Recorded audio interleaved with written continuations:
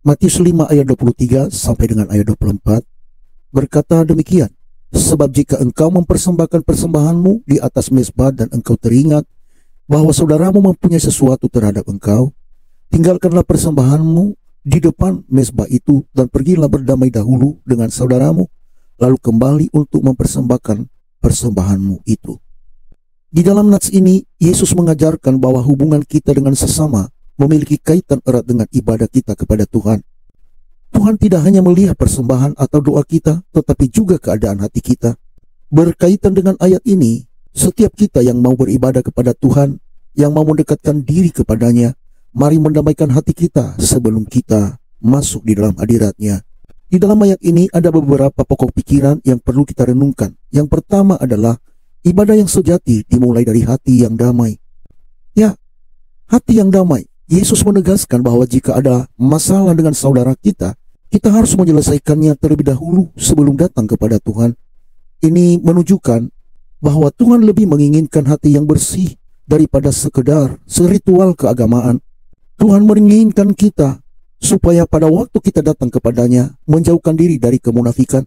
Manusia melihat apa yang dilihat, namun Tuhan melihat hati.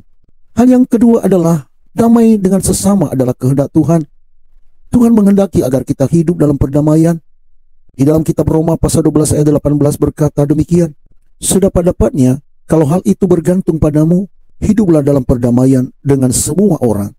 Sebab itu jika kita masih menyimpan dendam, marah, atau kepahitan terhadap seseorang, maka ibadah kita belum sempurna di hadapan Tuhan. Allah menghendaki kita, sebelum kita ada di dalam ibadah, harus kita berdamai dengan sesama. Lepaskan pengampunan bila ada sesuatu hal yang harus diampuni. Kecil apapun yang ada ganjalan di dalam hati kita, Tuhan sangat mengerti.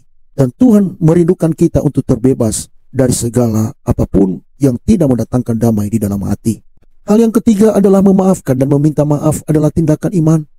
Pergi untuk berdamai membutuhkan kerendahan hati. Ya, membutuhkan kerendahan hati.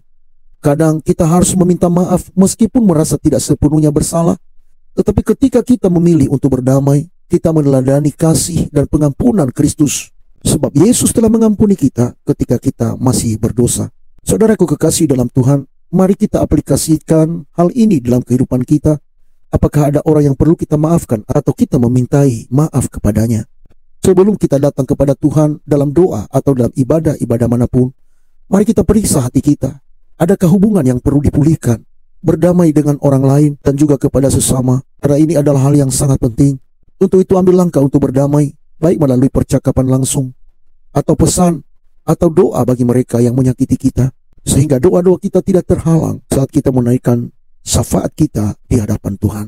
Kasih karunia dari Allah Bapa, anugerah dari Tuhan kita Yesus Kristus, persekutuan di dalam Roh Kudus menyertai mengawali keluar masukmu sekarang dan sampai selama-lamanya, sampai Tuhan Yesus datang kembali. Maranatha.